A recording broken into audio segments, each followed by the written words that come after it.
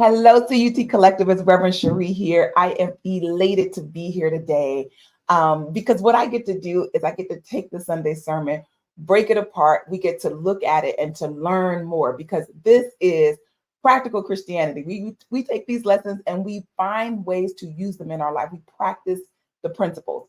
And so I'm going to be rewinding on Reverend Gaylon's sermon from April 7th, the first and the last.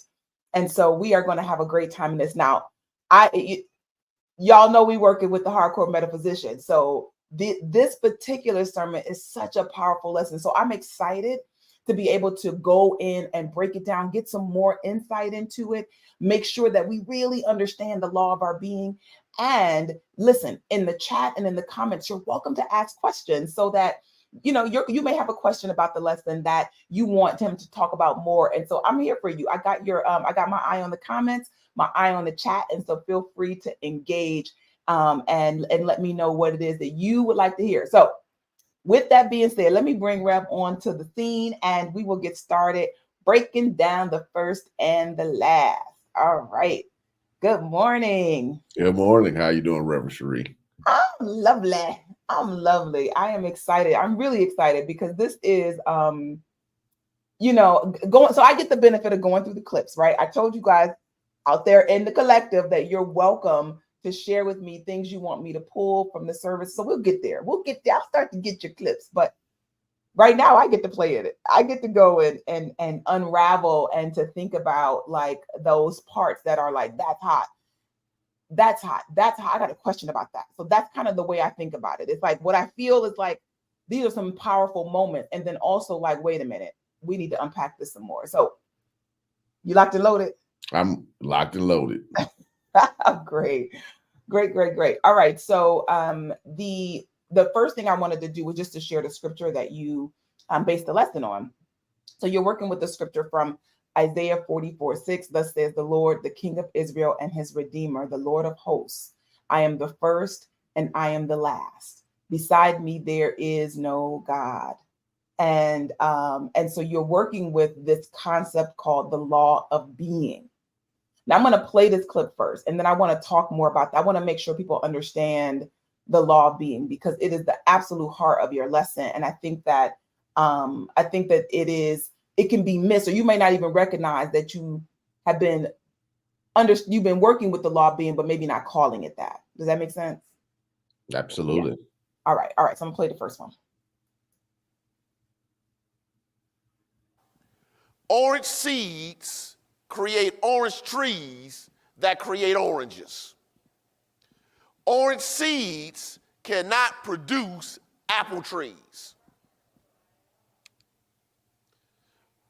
Orange seeds can only produce orange trees. That always happens because the process is governed by the law of mind. I believe, and we teach, that every thought is a seed. Say that with me. Every thought is a seed. One more time. Every thought is a seed. Therefore, it is important to think positively, optimistically, holistically, prosperously, and healthily about yourself and others. Why? Why others? Because what you think about them is working through your consciousness. So talk to me a little bit about divine law working in through and as divine law working in through and as your mind, as a definition of the law of mind. Talk to me a bit more about that. Well, what I was trying to get across with that scripture, which I stated earlier, before I said that, is that scripture is normally to teach the omnipresence of God and, the hugeness of God. And I was like, okay, let's take this aspect of God that we call divine law, some people call universal law, law of compensation. It goes by so many different names. But the idea behind it is that there are principles, there are laws that govern expression. And when we understand that there are principles and laws that govern expression, then we need to go back to what are the causes that put these laws, these principles in motion. And the idea behind it was, okay, if there's a seed, then the seed has to become a thing. But what the thing is in the seed, even though the seed doesn't look like the thing. Right. Well, I have experiences. Where do the experiences come from, whether individually or collectively? We just don't create we just don't individually create. We're creating experiences also collectively. But they always go back to the seed. What are the seeds? The thoughts, the feelings, the beliefs that we hold in mind individually or collectively that produce, that draw, that create, that attract experiences that are consistent with the nature of the seed. So it's important for people who want to understand the law of mind to understand it from the standpoint of just pure cause and effect. Okay, and I could take it beyond that, but I don't want to do that for this. I don't want to call it podcast. I don't know what we call it, sermon rewind. That's right. But if people can just get the concept and understanding that for everything that shows up, there's something that caused it. Mm-hmm. And what we're trying to explain to people that the law of mind, capital M, that's why I said capital M, does not means divine mind, God mind, universal mind. In that universal mind, there is certain principles and dynamics that show up and express based upon the seed you put in it certain ways. I'm trying to explain this in a very simple way. Mm-hmm. My brain is going say this, and I'm like, no, that's a little too heavy. But if people just can get the first and the last are connected, if people can get that thought and expression are connected, if people can get from the visual apple seed and the apple tree are connected, then you can see how the thought and the money are connected, how the thought and the health is connected, right? Mm-hmm. So you can see how what you think about relationships shows up as the relationship, as the type of people you even consider. All right. It'll show up in how you engage and interact powerfully or with the absence of power. Right. All based upon how you think, not based upon the situation, not based upon what God has placed in you, but solely based on how you think.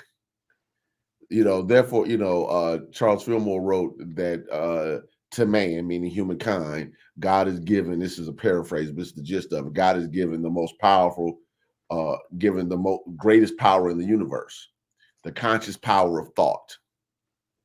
So let me stop you there, because I think that's all right. Anybody who listens to me for 2 minutes knows that I go down these two things, right? Your relationship, what you think about God, and your relationship to God, right? And what you think about yourself. That those are two really important things. And so the idea that your thoughts are important, powerful, potent, creative, I think is tied to you understanding who you are. Mm-hmm. Because the idea of the first and the last, to me, that my experiences are connected to my thoughts in some way. Maybe I don't know the exact way, but in some way, would mean that I have to put some level of importance on the things that I think.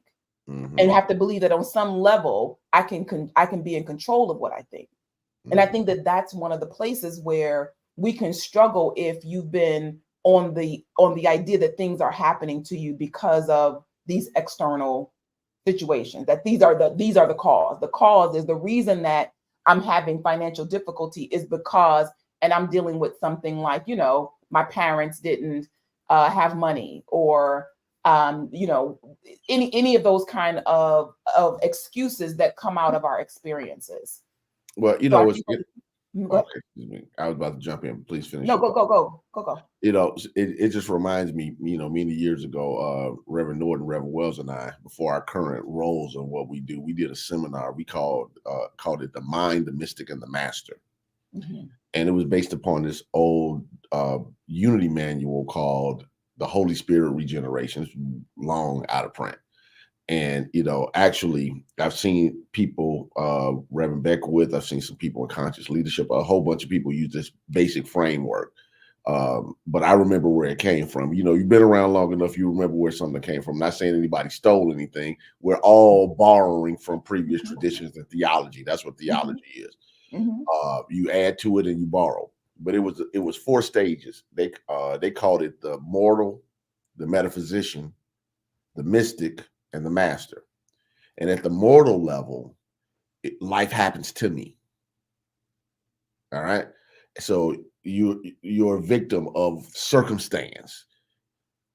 At the metaphysical level, life happens by me. I'm thinking the thoughts. I'm intentional. Let me interrupt you really quickly, because I think that even at the mortal level, that doesn't mean bad things are happening, right? It just means that stuff is happening to you. You're not in control. Right, Yeah. right. Yeah. So the issue is control. Like, okay, so when you get at the metaphysical level, it's life is happening by me. That's when you start learning from people like us that, hey, there's something radically right about you, that God's wholeness is in you.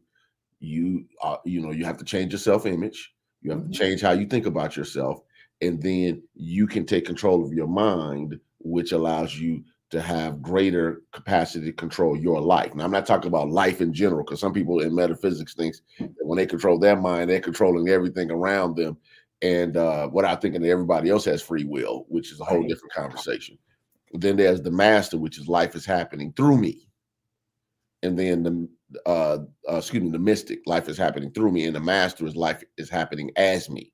So what I was trying to focus on with this particular sermon was by me. Let's just stay there for a moment. Yeah. Okay. If there's something radically right about me, if I am a law unto my own being, if this law of mine works for everyone, how can I be conscious enough to be mindful of what I think, what I feel, what I believe, what I say, what I do, and how I react? And how does that show up in my life? How does my consciousness create, produce, and attract experiences that correspond with my dominant ways of thinking? I was trying to help people understand that this law of mind is omnipresent. So it's always working to validate your consciousness. Now, I want to be clear about that. It's always working to validate your consciousness. And what you believe, your context, your paradigm, how life occurs to you are the seeds that the law will utilize to bring back into your experience that which corresponds to the nature of the seed thoughts. So so I think that the outside, and thank you for that. Thank you that as we begin to contemplate ourselves, right? And usually we contemplate ourselves based on what's going on in our experience, right? Like I'm rocking and rolling when things are good, right? But then when things start to kind of go off kilter, or if I'm trying to do something new, now I'm paying more attention to myself. And what is important for you to do, because when I think about looking back at things, it's typically for learning.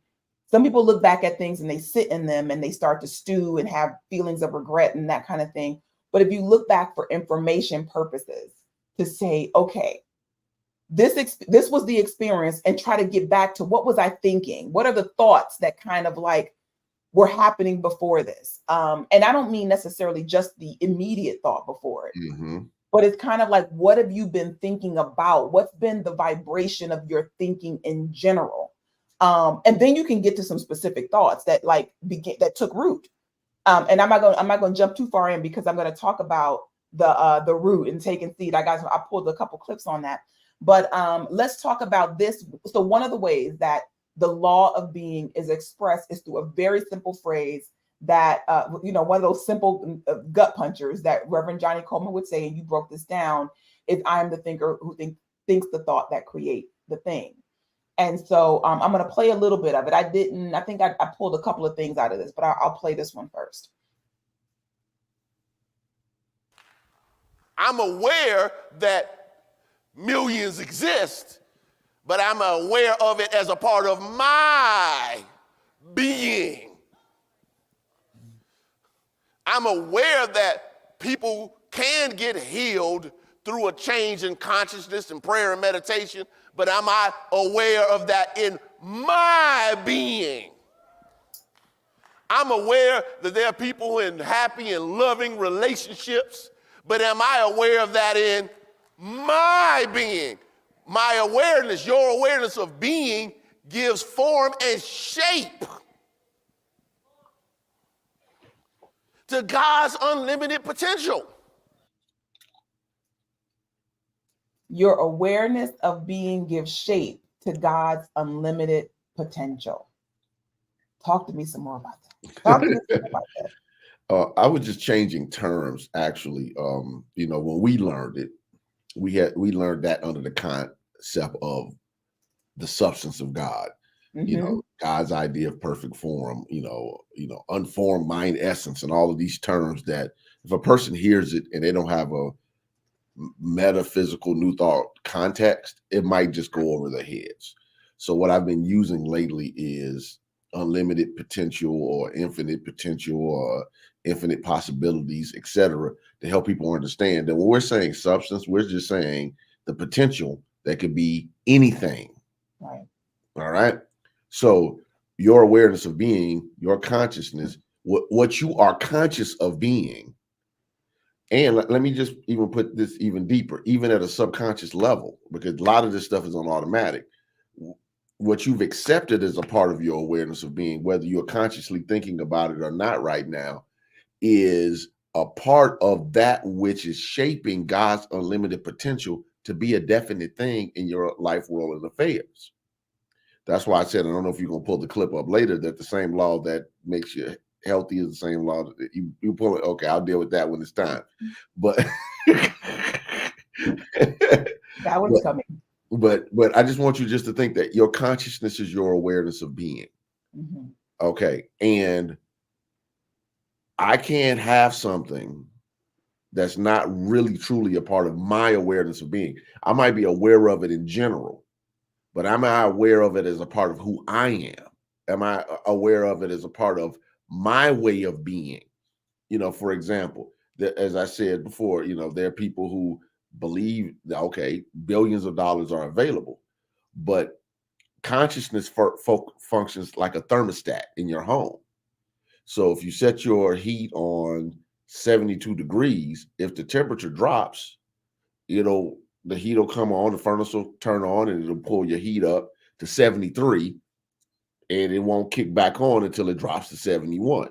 Now, here's the thing. If it's on 72, it will never just keep going to 92 degrees unless something is wrong. Okay? Now, it's the same thing with your awareness of being or consciousness. If you are set at a certain level, we'll just use money for this example. At a certain level of money, that's where you're set.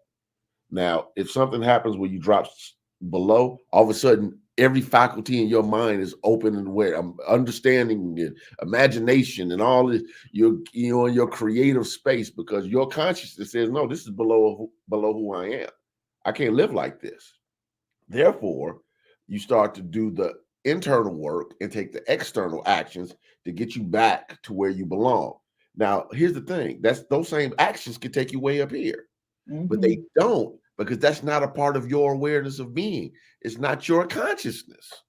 Well, I think that you can have an experience where it is up here, like you think about lottery winners, right? Yeah, but then it pulls them right back down. And right, their consciousness will get them back to their set, unless you level up. Like, not so that there's that space where you can level up your consciousness. Or somebody really thinks they're cute and they're playing above their level, and if they don't get themselves where they need to be, that person will leave, or you will force them away through subconscious self-sabotage. Absolutely. Because your awareness of being can't accept that great individual in your life. You'll mess it up. And a lot of times when we see people messing up in life, it's solely because their awareness of being can't allow it. But here's the beautiful thing. Let's flip it. Just like if a double-minded man is unstable in all of his ways, let him not think he'll receive anything from the Lord, the law. Then what about a single-minded man or person? Where if the Lord is the law Then if I'm single-minded, then that promise should be, I should be able to receive anything from the law or the Lord. So it's the same thing. We just have to be mindful.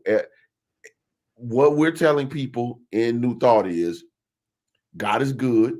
God is absolute good. God wants you to win. I'm just using real simplified language right now, that you are made in the image and likeness of this good. So therefore you are perfect, whole, and complete at a spiritual level. That you have to change your mentality to accept those first two truths, that this omnipresent good that we call God has a divine intention, and that divine intention is to express its nature of good or character in you. All right. Then you have tools. We can tell people to pray. We tell people to visualize. We tell people to meditate. We give them denials and affirmations. We try to help them understand that this universe is governed by law. So just by those 5 things, which is what I just did was explain the 5 principles we teach in a different way, help people understand that it doesn't make a difference how good God is and how much God has placed in you if your thinking doesn't change. Yeah. So the first 2 just are absolute truths about you and God. The last 3, the next 2 are tools, rather. The value and power of thought and the practicing the presence are how you can accept the truth of who you are. And then the 5th one just helps you understand how it works. So okay, so I'm going to invite everybody to go back and just rewind that. Listen to that whole part, because the one, understanding how powerful you are, but then also understanding, how do I shift from where I am? All right, fine. My thoughts are powerful and I am living an experience that I don't enjoy. Right. So, and now you're telling me it's because of me, right? Now you're telling me that the things that I don't enjoy in my life, and I have been blaming my environment. It's because of these things that's why I am the way I am. That's why my life is the way it is. And now you're saying that it's because of me. But I hope you also heard, how do you level up? How do you get it so that you're operating at a higher level of awareness, so that you are basically experiencing a better life? How do I get to that? So I think that the idea about your thinking, that your thinking is what is shaping and forming your experience. And then he talked about thinking, and I want to also just jump in there with some belief, right? That you're thinking, that they're the thoughts that you think, and then there's your belief that's happening at the same time. And so those 2 things are working together. How you think, or in opposition. Or absolutely in opposition. But there's a work happening, because sometimes we are thinking things, but we don't have a belief about them. And I think that level, when we're in that space, this is why you can affirm prosperity to the hilt and still have very broke experiences, because you have not impacted belief yet. Right. And that is, so I'm saying, hang in there, right? If that's you, hang in there, because it is just that I just haven't cracked belief yet. I'm speaking the truth, but I haven't cracked belief. And there are things you can do to help your unbelief, right? There are things you can do to work through that. And one of them is tuning into stuff like this, because you need to be bombarding yourself with the truth. You need to have that be what is all around you. You need to consecrate yourself to your spiritual growth. And so these are the kind of opportunities why we show up, right? Why we show up, because he could say that thing one time, and it's like, why do I need to say anything else? Right? I just gave you everything. I told you who you are. I told you what your power is. I told you how to connect to it. Go do it. You know what I mean? Go do it. Go be it. But we need to be bombarded with this, because there's so many distractions. There's so many ways to be double-minded, right? There's so many opportunities for double, triple, quadruple mindedness. And right. So there's a work to rein it in, to discipline your mind, to teach yourself to focus. And so I think this sermon was so powerful in giving you an ultimate why and how. So you broke that. I don't know how much I pulled of the breakdown of I Am the Thinker. Go back and listen to this sermon for sure. But this particular clip I'm going to play is reiterating the idea of the first and the last, right? Reiterating that part as it relates to you personally. All right, let's listen. Those thoughts that you produce, those feelings that you produce as a byproduct of your already thinking process produces experiences that have the essential character or the essential nature of the thought that was produced by the thinker. Therefore, when Ernest Holmes wrote in 1925, "Change your thinking, change your life," he was saying that from the perspective of you can't change the form. You got to deal with the cause. The thing is the manifestation or the demonstration. It is the last. And it is connected to the first or the thoughts that created it.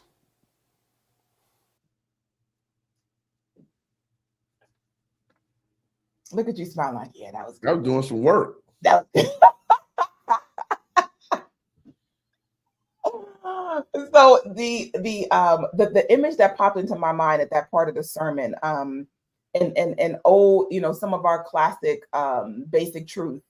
There's the metaphor of the H2O, right? Looking at ice, liquid, and steam, these different phases of the same idea. And so whenever I think about shifting and changing, it's like it's more difficult to change ice into something than it is to work with water. It's like working with that. So just thinking about the form, because the change your thought, change your life. That's what pulled up for me when you said that. So talk to me a little bit more about this. Not the futility, because there is, listen, you can chisel ice into something, right? You get the right tools, you can we can change things at the level of the experience. And through that grit and hard work kind of thing, you can make some differences. You can make something look different. But talk to me about the experience of shifting from trying to change experience to changing your thought. Well, what I'm trying to get across with that point about the thing, I'm the thinker who thinks the thought that makes the thing. So that was a part of a 3-part breakdown: thinker, thought, thing. Was to connect the thing, the effect, the last to the first. So when we're looking at manifestations or demonstrations in our lives, we have to ask ourselves, okay, all right, this is equivalent to something that is mental. Now, I'm not saying that no physical things need to be changed. What I was trying to get across to people was that you need to start with your mind first. Okay? Doesn't mean the physical changes don't happen, but if you make some physical changes without making the mental changes first, you can fall into a similar situation because the mentality that either produced or attracted it is still in place. This is why people can go from job to job and deal with the same experiences. Nobody here likes me. It's always drama. It's always whatever. Well, you haven't changed. Now, people are going to people. I always tell people that people are going to people, but how you show up makes a difference. Yeah. People move from city to city, state to state, country to country, and meet the same type of people wherever they are.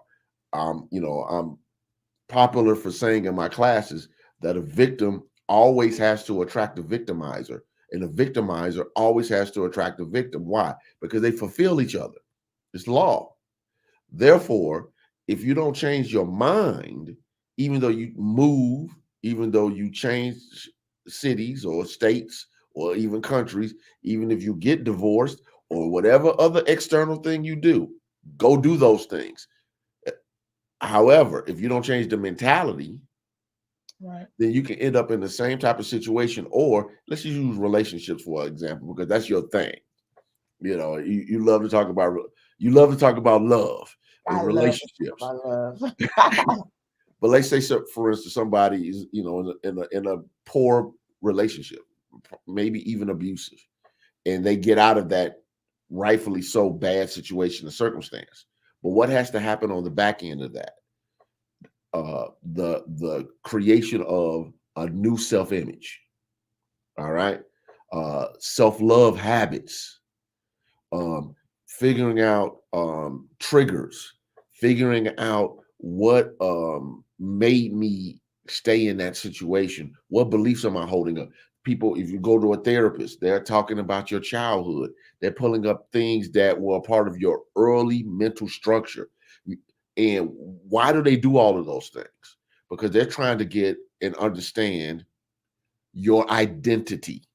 Because the identity is like a what's a iceberg. We only see a little bit above the surface.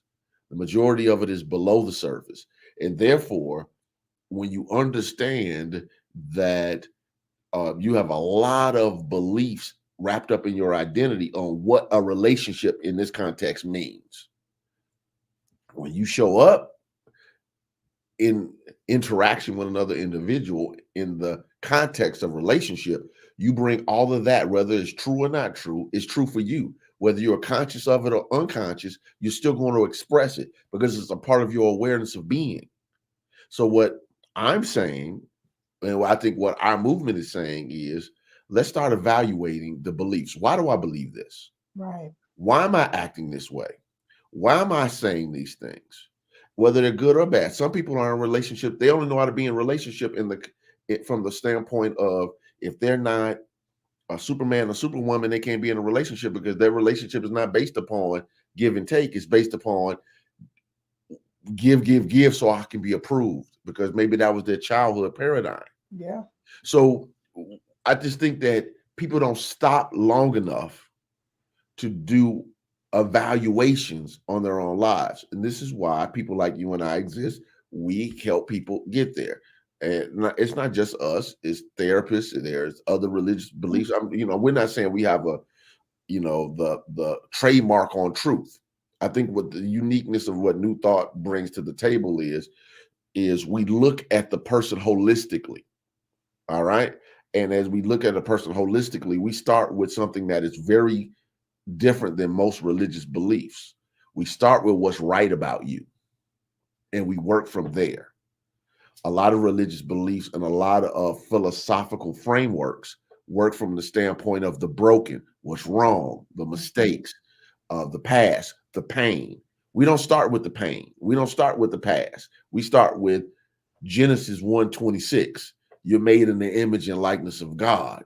Now, let's discover that. Let's uncover it. Let's figure out how we can greater express it. And as you're understanding who you are, then we can deal with these things that are going on in your life, world, and affairs. Yeah. Jesus taught this in the parable of the wheat and the tares, when the sharecrop owner said, "So let the wheat and the tares grow together, and when they are more developed, we can separate the tares from the wheat. The tares are weeds. So sometimes we try to pull the weeds out, and we also pull what we need, the essential grain. Sometimes in the process of trying to reconstruct who we are, as we deal with pain, as we deal with past, as we deal with our mistakes, we tear ourselves down instead of lifting up that which is right in us. So when I coined the term many years ago, there's something radically right about you, I actually was saying that to a group of college kids as I was downtown in Chicago Ideas, speaking to college kids at Columbia College, because I was trying to come up with a concept. What makes New Thought unique? We focus on what's radically right about you. Mm-hmm. And if you can understand that, that's a first that has to have a last. That's a cause that has to have an effect. Absolutely. And when we understand that, we can go forward. Yeah. I told you God and you. What do you think about God? What do you think about you? That relationship determines your life. And and I think that the most important thing to work to understand that when you think about, well, all of this can feel overwhelming, but you have to create a space to be able to have these kind of conversations with yourself, to do this kind of introspection. And what I did during the Lent experience, there'll be some more intensive spiritual experiences coming up, is create a paradigm, a space, a come apartness to be able to do some of this soul work. Mm-hmm. And so you have to avail yourself of those opportunities. You have to avail yourself of those opportunities where you can just take a pause and begin to look at your experience. When I'm doing coaching, I have this experience, this activity I have my clients go through about kind of looking at where you are in dealing a deck, right? Like a deck of cards is the metaphor. And sometimes it is like you're in the shuffle mode. Like I got to regroup. I need to reset. And but you feel like you should be dealing it out and playing the game, but that's not where you are. So having that practice time, that a spiritual practice that repeated, like practice. You don't practice one time, you have some sort of a regimen for it. So I like to think about a daily spiritual practice gives you a space to kind of just breathe and relate to yourself a little bit, understand yourself a little bit. One of my friends is taking a fast from social media, and recognizing how much time she spends scrolling mindlessly through social media. Yeah. And it is, and mind you, so she's fasting from it. Her intent is to have shorter periods of doing it. She doesn't want to give it up. So I think it's valuable to be able to catch yourself. What like social media? What like that are you putting your attention into repeatedly? And you're saying, I don't have time to do that quiet contemplation. I don't have time to actually sit down and begin to do, Reverend Gaylon's homework assignments, right? Because he gives them homework out at every class, right? Every sermon is the spiritual class that you need to be working with, because that's how you shift. You can't just hear this stuff. Mm-hmm. You can't hear it. You got to start working it. All right, let me go back to these clips. So I have.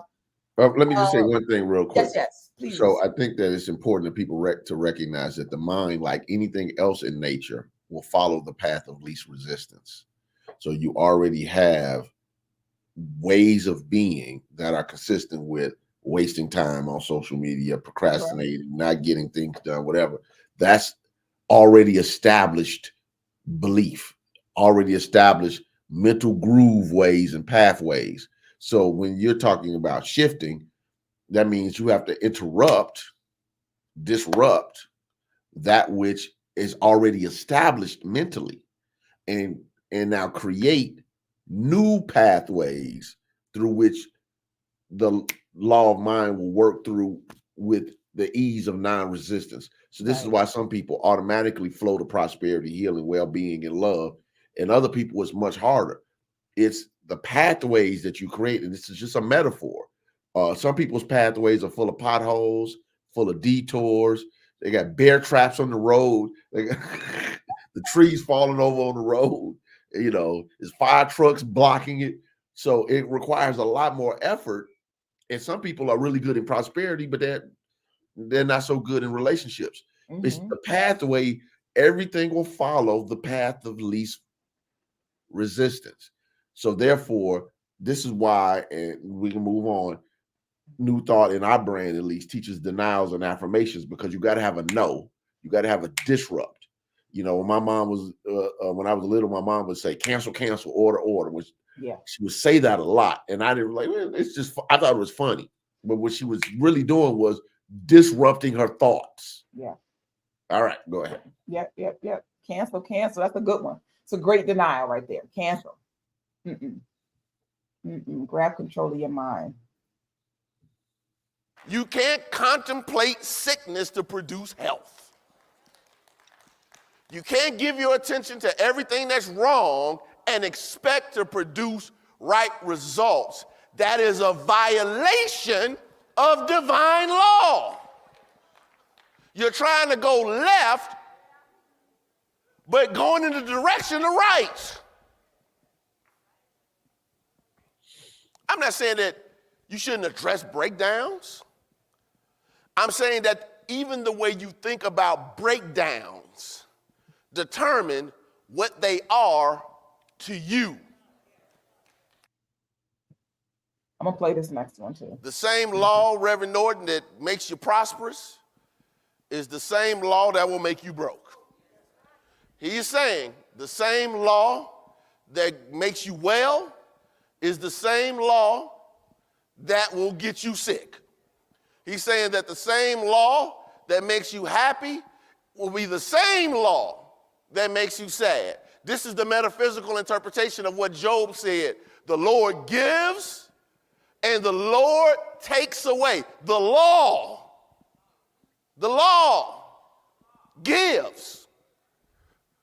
The law takes away, blessed be the name, the nature of the law.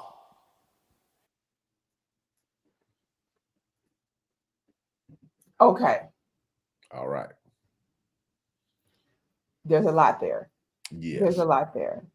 So understanding that why things are happening to me, why is whatever happening, why is it happening? That it's the same law, whether it's a great thing happening or something that you don't enjoy happening. Mm-hmm. Like sit stewing in that for a minute. Just so what I get out of that is, so you know how to do this already. Yes. That you know how to change your life. You're already a great manifester. You're already a great one. That's right. You're great at manifesting. You're just manifesting your nightmares. You know what I mean?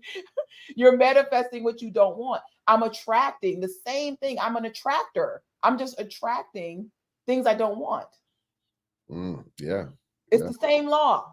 Same law. The same law. I taught this before, and I got some side eyes about love. That it's just an attraction. You're magnetic. Yeah. What are you magnetic to? Is about consciousness. Yes. It's about your consciousness. It's your awareness of being. Mm-hmm. And for some people, they walk in and that attraction factor is strong, and they draw people who are that are in harmony and peace, joy, and love and service. And then other people are drawn to them, and it's a whole different story. And we wonder why. The thing about it is we just have to be mindful of, okay, why are these same type of people always showing up in my life? I'm the common denominator. Mm-hmm. And nobody ever wants to say I'm the common denominator. Also, I think this was important for me to teach from a New Thought perspective, because sometimes in New Thought, we get so caught up in which is true, God's nature is absolute good. God's essential character is good, absolute good, that we also forget the aspect of God as law that says that what you put in, the image you put in, is the experience you get out individually and collectively. And we see this played out in many things, and we just don't want to pay attention to it. I pay a lot, even though I'm not going to get political in this, I pay a lot of attention to the law of mind when it comes to politics and politicians, because they're dropping seed thoughts that people show up and then they act out. You can see the pressure that sometimes people's words create, and then all of a sudden you have a January 6th insurrection. Mm-hmm. It's those type of things that we have to be mindful of. Like things just don't happen. They just don't happen. Right. All right. And the same law that if you're telling yourself I can't, it's impossible, no one loves me, no one will accept me, is the same law that will reinforce I love myself. God is the source of my supply. Peace, love, and joy are my standard. Everywhere I go, I'm blessed. It's the same law will reinforce either seed thought. Mm-hmm. All right.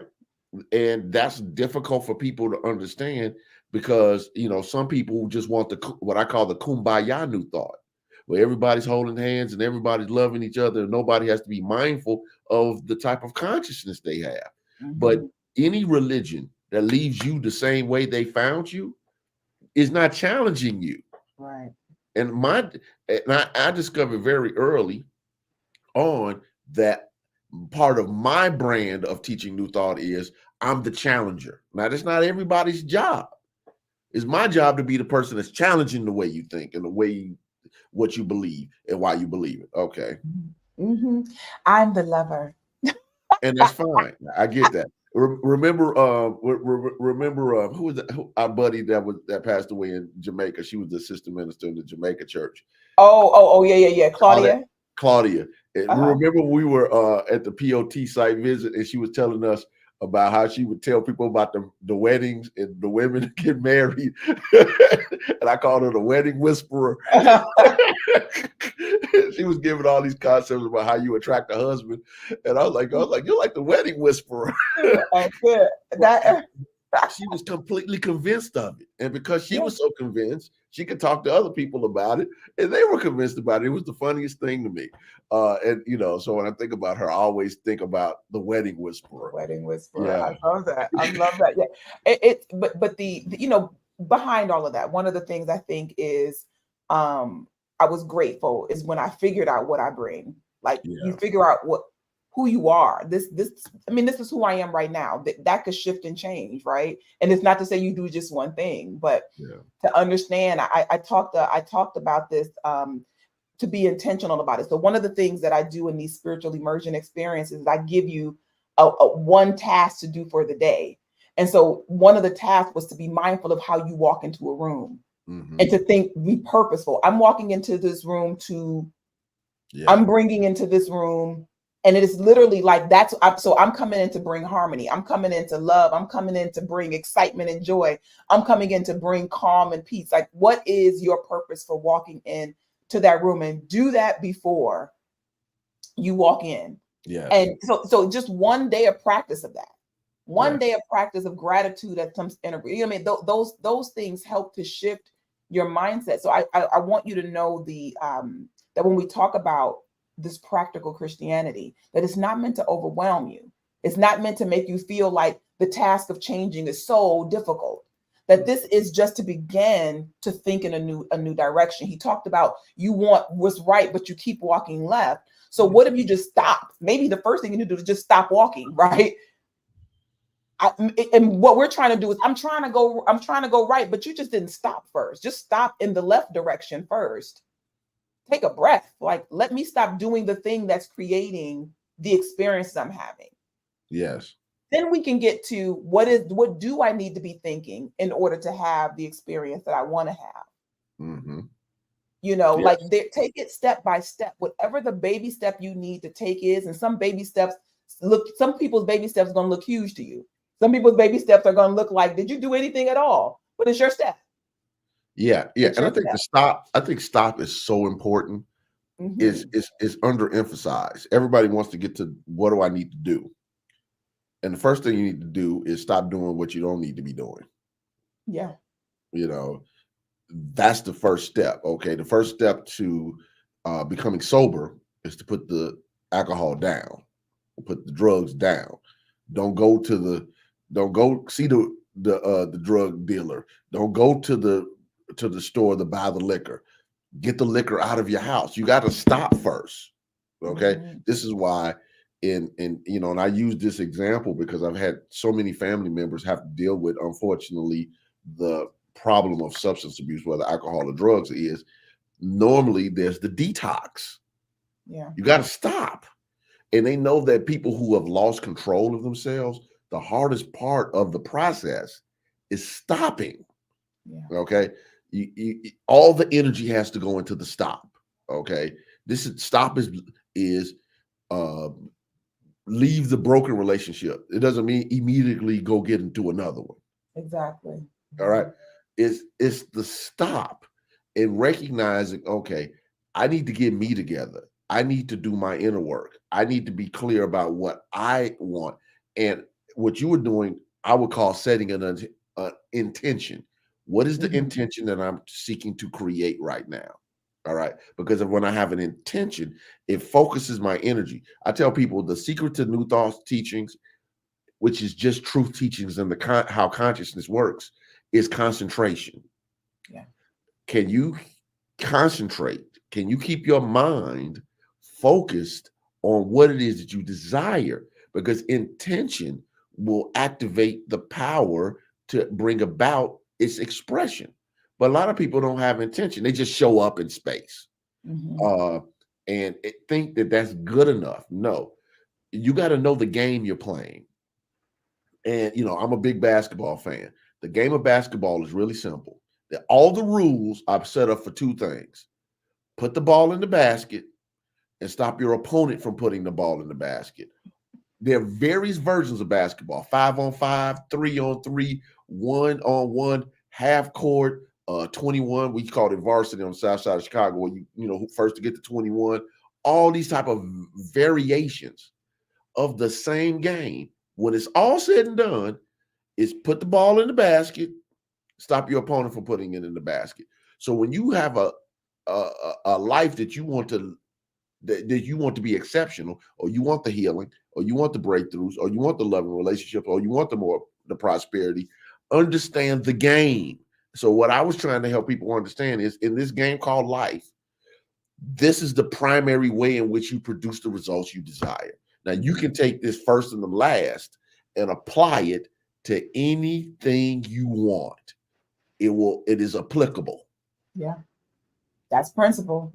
That's principle. And so these last couple of clips, we talk about seed. I'm looking at the time, but we're gonna. I gotta play. You know, your time is more restrictive than mine. So today, at least. Today, I'm good. We're gonna play a little bit longer. Okay. Y'all hang in there with us, because I got 3 more clips, and I really want to play all 3. Here we go. Orange seeds can only become orange trees. I don't care how hard you pray. I don't want you to miss this, because we're wondering, God, Reverend Wells, I'm praying and ain't nothing changing. Are you in alignment with divine law? Reverend Ike used to say, some people are morally right and mentally wicked. And what he meant by mentally wicked meant that outwardly they do all the stuff that civil society says you should do, but their thinking is a mess behind the scenes. It's like the Wizard of Oz. You think all this stuff is great till you pull back the curtain. All like, this is a sham. So these are gut punches, just in case anybody else is feeling it. And if your abs are getting tight, you know there's some gut punches, because we've all had thoughts that if somebody could read your mind, right? If someone could read your mind and really know what you were thinking about something, what they will find is probably contrary to how you're presenting yourself, right? Mm-hmm. And that lack of integrity, right? Being out of integrity with yourself is why you can say, I've been affirming something, I've been affirming prosperity, but the money's not there. Because inside are lack thoughts, not enough. You just got a train of thought that is running according to your belief patterns. But you're saying something in contrary. I'm saying how prosperous I am, and maybe I show up and I start spending like what I'm saying, but the thoughts are about poverty. I'm testifying here a little bit. Because I've been in that space where it's like, why is the money not happening? Why am I not just producing more income? Mm-hmm. And those thoughts about why not were the ones that were running the show. Yes. Right. That was my first and my last. The experiences were these very, very financial experiences. So the seed. So this is the part that I said the biggest gut punch is no matter how hard you pray. Yeah. Right. Mm-hmm. That you cannot make an orange seed an apple seed through ardent prayer and meditation. Yes. It just it doesn't work. So you got to deal with the seed. You got to deal with your thinking. Yes. And that was hard. But the thing about it is, yet again, I'm clear about what my role is in this movement. And because I'm clear about what my role is, I'm the challenger. I'm the hardcore metaphysician. I'm the one that's going to shake the tree and say, okay, think a little bit differently about this. If this is true, that you can't, no matter how hard you pray, you're not going to change an orange seed you can't make an orange seed produce an apple tree. Then that also means that I need to understand how to get in the flow of that which is natural. Stop planting seeds that don't make sense for the results that I desire. Right. So, some people want to produce magnificent results with habits that are inconsistent with what they want. They're praying for an apple seed to produce an orange tree. And then this prayer stuff doesn't work. Well, really? Versus I'm praying for healing, but every time somebody asks me, I give them an organ recital. I'm stuck in this illness. I'm stuck in the pain. I'm stuck in whatever. And I'm not saying it's always easy to get unstuck. I'm not saying that. What I'm telling people is this is the process through which things change. You're not going to pray yourself out of things that you're unwilling to change. That's the key. Okay. You can spend, I've had relatives that spent decades trying to get that man to put those drugs down. And that person didn't want to change versus dealing with, okay, why am I with the addict? That's the real question. Mm-hmm. Okay. Mm-hmm. Why am I with the addict? Why am I mindful of, we're losing the apartment because the rent hasn't been paid because he went and got high. Why am I, et cetera, et cetera. Why am I waking up and the TV is gone? I mean, I'm talking about stuff that I know that happened. Oh yeah. Okay. Where the children don't have what they need because of the habit, et cetera, et cetera. So instead of dealing with their own mind, they're trying to change somebody else. They're trying to change the circumstance. They're trying to turn the apple seed and have it make watermelons. And that doesn't make sense. Mm-hmm. And just like you can't focus on poverty, lack, limitation, and then produce happy, good, and prosperous results, you can't think sickness and illness and all this other stuff and think that life is going to affirm your wholeness. None of that will work because the first and the last always have to match up. That's what I'm trying to get across. The first and the last always have to match up. And the last is only a reflection of the first. The last is only the expression of the first. The last is only the manifestation of the first. And all causation is mental. Mm-hmm. Mm-hmm. Mm-hmm. Yeah. Mike said that you make it so make sense. That's what he said. Go ahead and be that Reverend Challenger. Reverend Challenger. I love it. So these last two, I hope I pulled enough of this for you to really if I know a couple people said that they hadn't seen the sermon yet. So you do need to go and check that out. Because I'm pulling I'm pulling parts of a very, very I won't say complicated because it's very simple. It was dense. Yes. Yeah. A very dense lesson. Essentially dense. And that's why my pace had to be a certain way because I was trying to give a lot of information in a very short time. With the idea, this was my goal when I wrote it, even though I didn't know what was going to come out. The goal was this will be a seminal work. This will be something that people go back and, seminal work is what other people go to, for those who don't know, as considered authoritative. Not authoritative because Gaylon McDowell said it. Authoritative because I'm giving the fundamentals of what our movement teaches around a particular subject. I wanted people to be able to go back and say, I don't understand this law of mind. Let me go back and listen to this lesson. And as I listen to it over and over again, more will be revealed because I created it to be so dense that you can't deal with it all at one time. Intentionally. All right, go ahead, please. Absolutely.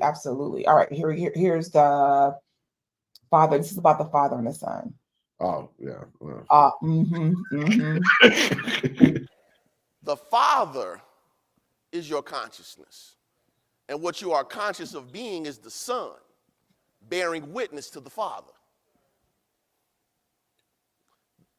The Son goes forth in the name or the nature of the Father. Your thoughts go forth to create the world, your world, in the name or the nature of you, the thinker.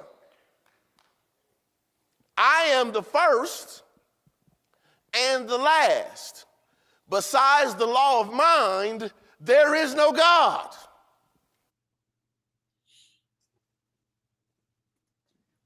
Okay, talk about that. And that was a little bit of extra.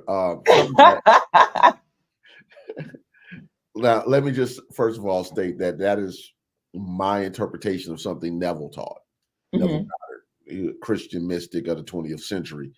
And I'm actually teaching his book, Your Faith is Your Fortune, as you know, on my podcast, Truth Transforms with Reverend Gaylon McDowell, which if you haven't checked out, mindbodyspirit.fm, Apple Podcasts, Google Podcasts, Spotify, Stitcher, Podbean, all those apps that carry podcasts. But the idea behind it is if the primary cause in this context only, is the consciousness, then the consciousness is the Father that produces something. Your child should look like you. Mhm. Okay. Mhm. Okay. So the thought is the progeny of the thinker. All right. It goes forth in the name. The child, in most circumstances, has the name of the Father. All right. Therefore, the thought has the nature of the thinker. All right.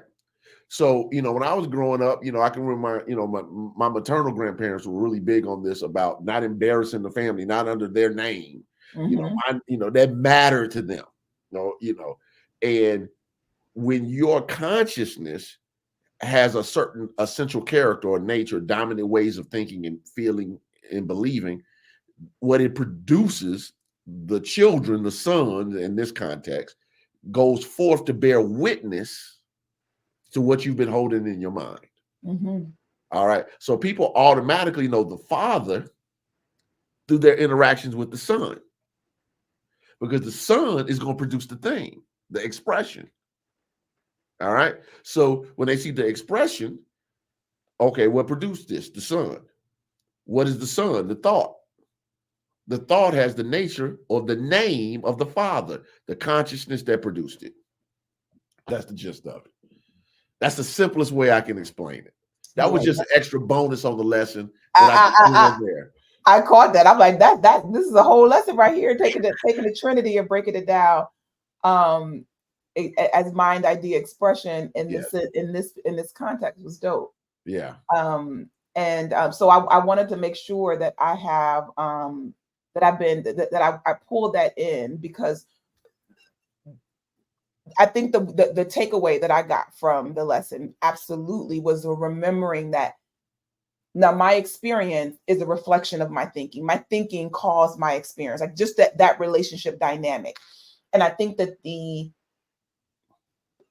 someone who's been working with the truth for some time, who's been working with this information, opening yourself up to a higher level of awareness, you understand that it is not like I used to look for the one thought. What's the one thought that I had that created this experience? Not understanding the awareness of being part, Yes. right? Not understanding the awareness of being part. And so that's what we do this soul work for. We want to be aware of how we see ourselves, because then you can knock the thermostat up, right? Yes. When you understand, first I gotta where am I? Who am I? What is this? Right? Then I can say, wait a minute, let me crank it up a notch. Yeah. Let me crank it up a notch. It's so I think that it was a very powerful lesson in the sense of this is how you work, right? And your homework, of course, is always not go work it, right? Go work it. Yeah. I got one more clip, and then we can chat before we wrap up. I think this sums it up really well. All right.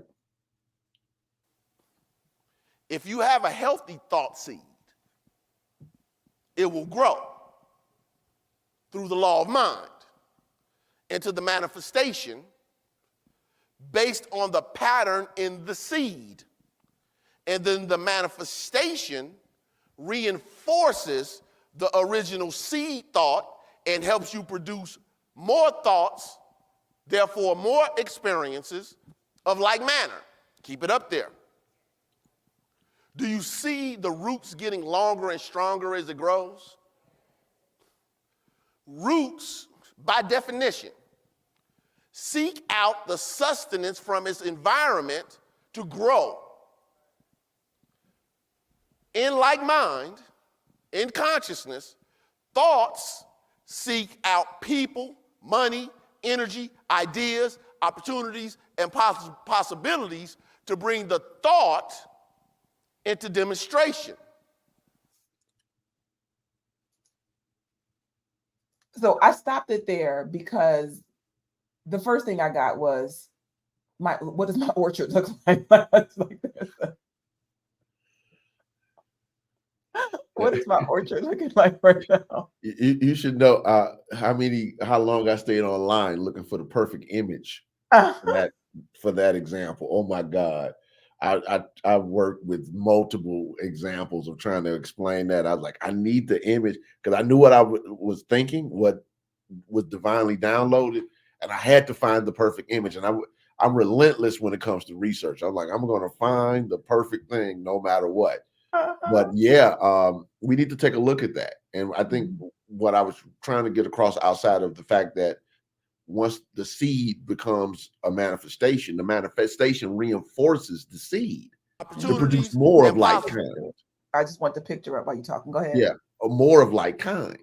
See, that's the part that we don't get. That's why, people like Missouri, you got to show them. Once they see the demonstration, they're like, okay, now this reinforces what I believe. So this is why it's necessary when it's something you don't want, that you have to take your eyes off the appearance. Because once it's an appearance, that tree with those thick roots on this image, now it's going to reinforce itself to produce more of itself in your experience. So, in scripture, they'll say, lift your eyes. Or, as Jesus is, 5,000 people, men plus women and children, he lifted his eyes to heaven. In other words, he took his attention off the appearance and put his mind on the ideal, because he was trying to create a new seed in consciousness. I can demonstrate what's in my consciousness, not what is already shown up based upon previous ways of thinking, feeling, and believing. So it's important to recognize first, you want to have the proper seeds, but if other stuff is already showing up, the negative, I ain't gonna say the negative, but the test results you don't want medically, the lack of funds, the lack of job opportunities, etc. Those things have thick roots now. All right. So earlier we said, first thing you have to do is stop. You got to stop reproducing those same type of thoughts. Now, how do you deal with it? There's a couple of ways I talked about earlier about the wheat and the tares. I would automatically say, start working on your own self-image, your own wholeness, get stronger, get strong enough to where you can cut that tree down. Right. All right. That's really important. A lot of people, even though they have the capacity, they have not developed the capacity enough to be able to deal with the negative situations when they show up in their life, world, and affairs. So you got to build up the strength to pick up the axe to cut that tree down. But here's the thing: the more you get into the flow, you can override some of these things. So one of the things that I didn't give because it wasn't a part of this lesson, but there's a caveat. Emmett Fox teaches it in the Sermon on the Mount, his book, The Sermon on the Mount. He says, Christ is Lord over karma. And what this means is, as you rise in spiritual consciousness, that which you produced by law previously, you can live above and beyond. But that's still planting new seeds. That's still being in the divine flow. That's still living from your spiritual wholeness, the I am in you versus the appearance. Mm-hmm. All right. Changing at this level takes longer. I might as well discover God in me. That's right. Right, and rise above it, right? Yeah. Because the way that I think about it is that process is still happening. Right. It doesn't hit you the same, right? It doesn't. Yeah. That is. So we have to keep reaching up. I hope that this has been helpful for you as you listen to us unpack this sermon. This is I want to put your podcast back up because you can get some more of this good stuff. The work, tell me the name of the book because I'm listening to it on Audible. Your faith is your fortune is the book. I'm going to be teaching it until August. So it's 24, 25 short chapters, 26, 27, something like that. Short chapters. So I'm just going to teach you one chapter at a time. Very short chapters, but they're short, but they're a lot. God. Yeah. Oh my God. It's pure Neville. And believe it or not, when I first purchased that book, the late Reverend Dr. Joe Hill told me to buy that book in '94. I never forget. He told me to buy that book and Consciousness Unfolded by Joe Goldsmith. I'm a 1-year truth student. I'm just, 1 year in New Thought. And I opened those books and he was like, I'm going to teach you how to work this stuff. And I realized, I was like, Reverend Joe, I got to put these down. I got to get some fundamentals under me first. I thought I had good fundamentals because I already had a spiritual healing from the asthma that almost killed me a year before. But I realized that Neville was playing a different game. Mm-hmm. Okay. I realized that Goldsmith was playing a different game. And I was like, okay, let me get solidified. But I think one of the beautiful things about how we approach New Thought is once you get the fundamentals that we teach, you can play in any arena. Right. I can read psychology. I can read quantum physics stuff, that people's spirituality stuff. I can read, biblical stuff, based stuff, mystical stuff, etc. Because my fundamentals are so strong now, it allows me to play in different arenas and not get lost in it or lose my identity in it. Right. Yeah. No. Thank you so much for that. Thank you for the work you've been doing. And sharing that you have it's a lot to be a challenger, right? It's a lot to be a challenger. And so it is important that we have our moments. Like I always say, you got to challenge your beliefs, but love yourself in the process. Mm-hmm. Love yourself in the process, that this is still your life that you are designed to have, to be healthy, happy, and prosperous. And as you grow, that doesn't mean you need misery while you grow, that you have to suffer because you're trying to grow. Those don't have to go together unless you choose that. So enjoy this growth, enjoy the process of getting to know yourself more, of recognizing the power and presence of God that abides in you. It is such a fun ride when you give yourself permission to do it and to enjoy the process of it. I'm learning more, I'm discovering more, I'm watching the fruit of my consciousness, I'm watching my experiences, knowing that I'm marveling at my creations. Yes. I have created some extreme hot messes. And I'm like, behold, look at what I created. Mm-hmm. This is a mess, right? Yeah. We don't need to learn how to manifest. We need to learn how to change our minds and shift our attention. We already know how to manifest. Yes. We manifest that couch when we don't want to get up and we just want to watch TV. That's right. That couch is real comfortable. It's perfect for your body. It is right in all the right places. We know how to manifest the stuff we want. It's just that's the path of least resistance. Yeah. We have to make the good we desire the path of least resistance. Yes. And the more work you do on working on yourself is like going to the gym. The more you work out, the less you show up at home sore the next morning.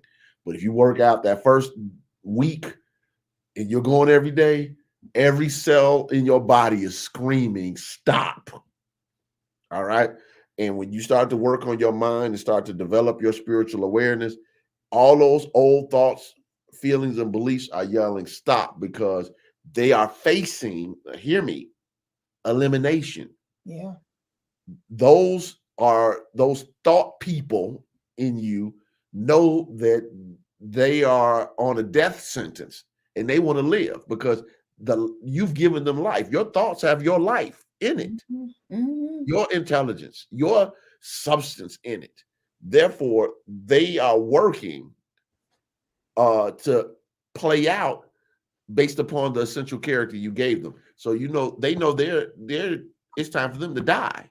Yeah, and they want to live just like you want to live. And I know that might sound like I got all these people to bring in me. the thought. Yeah, so it's the same thing. The image, they want to live. Those seed thoughts want to live. Those weeds in your lawn, they want to live. Mm-hmm. Okay, but you got to starve the root. I think that it's starving the roots. It's two things, right? Starving the roots, not giving attention to the appearance, but that makes shifting it. That makes eliminating them easier if you have killed the roots. Yeah, I yesterday went and bought 2 gigantic bags of weed and feed for the lawn and the spray, because inevitably every spring I have to put weed and feed out, which is supposed to do the job. But these weeds that I killed the year before are so stubborn They come back every year, and I have to do the same process, and then I have to manually go and still spray because dandelions will still pop up. And until I go through that entire process, it's not complete. And I have to do it every year. What do you think you need to do with your mind? Absolutely. Absolutely. Absolutely. That is a powerful closing thought. Thank you all for hanging in there. I know we went a little bit over time, but we couldn't stop ourselves. It was too good. It was just too juicy. That's what happens when you are, you said it was a dense lesson, and I there's still so much I left on the table. Yeah, it was a lot. Yeah. It Yeah. was very Yeah. dense. It was very, it's about, I think that might have been the most dense sermon I've ever given. It was a lot on one subject. It was like I took this and I just squeezed it into the time frame. And so I want to encourage you to go to CU Temple, go to YouTube and search CU Temple, and you will find all of the lessons, but specifically look for April 7th, 2024 to get more information on this, to hear the entire lesson. I'm so grateful for this conversation. This month at CUT is senior minister anniversary. Is Reverend Wells' 13th anniversary, and so it's going to be a really amazing ride this month. This coming Sunday, there is a visiting minister coming. Reverend James Parker, James Parker, minister of Unity Chicago. Right, and so he'll be to this church. So he can come here. I'll be speaking. Oh, you're going to be over here. Yes, yeah. We look out for our friends. He's coming so here. If you want to support a hardcore better position, you can go over to Unity Chicago. Yeah, but no, I'm not telling people that. I'm not telling people that. Listen, watch that lesson later online if you're a CUT person. Yes, go listen to that sermon later online. But so that's happening. Reverend Rod is going to be speaking that following Sunday, and I'll be in Chicago for the last Sunday of the month, and we'll be celebrating Reverend Wells and gifting him and Sylvia for just their hard work and dedication, and just to love up on them. Yeah. And so I'm looking forward to being in the house. I was just thinking, who's going to do my rerun? I might have all y'all come on to rewind. I may have to have y'all. We'll flip the tables. But thank you again. Thank you for being here. I'm grateful for each and every one of you. I'm grateful for your energy here. I do encourage you to just do us a solid and go ahead and share this. Engage in some way with the content, whether it's just a like, a love. But sharing is a love. Sharing is absolute love and helping us to spread the word. So I appreciate your time and energy, and we'll be back next week. I'm not sure what I'm going to do next week. I'm going to come up with something fun because I typically don't bring our visiting minister on, but we'll come and do something. So just stay tuned for something great. The thing about it is, reach out to him, and he's an agreeable kind of guy. So it might be something worth doing. And yeah. That could be fun. Really good person, very good person. Yeah. So there'll be something fun next week. And we'll have a good time together. But God bless you all real good. Be sure to go ahead and join the Facebook group for the collective. We are growing this online community. We're connecting people who are connected to the ministry through these online platforms, because there is love, there's power, and there is a force in community. And we want to be that in your experience. So I look forward to being back with you soon. Enjoy the rest of your day. God bless you real good. God bless you all.